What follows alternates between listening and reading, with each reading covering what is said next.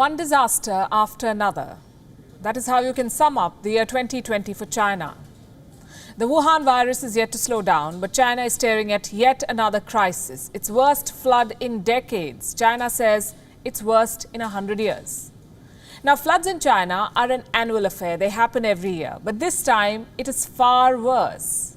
So much so that China had to blast a dam. This happened on Monday. China had to demolish a dam to release the surging waters behind it. More than 30 million people have been affected. We've been reporting on the floods on this show. Tonight we have a question. You see these pictures on your screen. Is this another man-made disaster? Could this have been avoided? It's a very important question because it affects the life of nearly 500 million people. 500 million. Entire cities in China lie underwater now. The worst hit are those who live along the Yangtze River. Let me tell you about this. It is the longest river in Asia, the third longest in the world, some 6,300 kilometers long. That's the Yangtze River. The basin of this one river, Yangtze, covers about 1/5 of China's land. It is home to nearly 1/3 of China's population. China tried to tame this river. It built the world's largest hydropower project on the river Yangtze.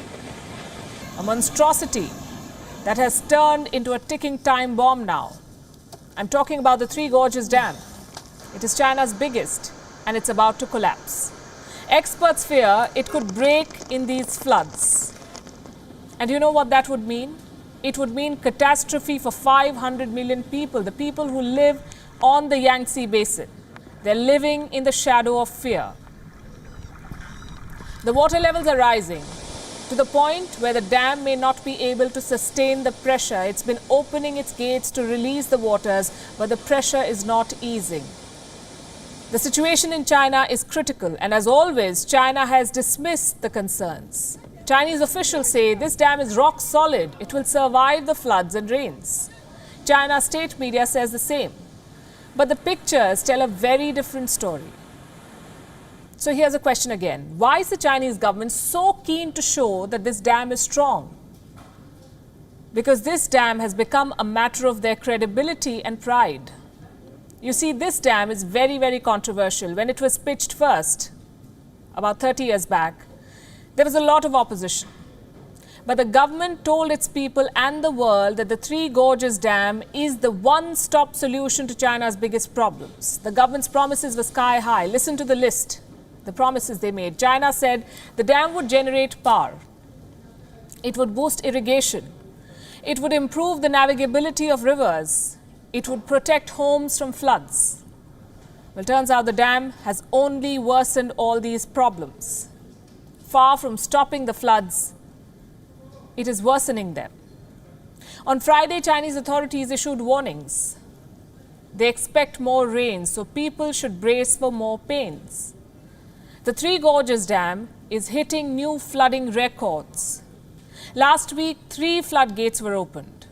Water levels behind those gates rose more than 50 feet above the flood zone.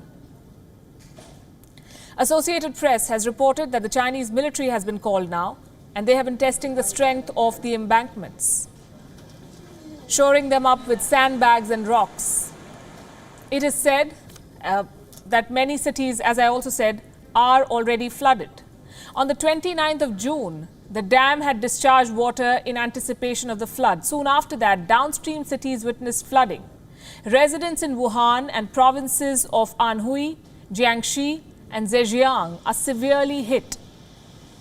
On Friday, they received a red alert, and this is the highest level of alert, the red alert. Dam authorities are under scrutiny now. Why did they discharge water when they knew it would lead to flooding?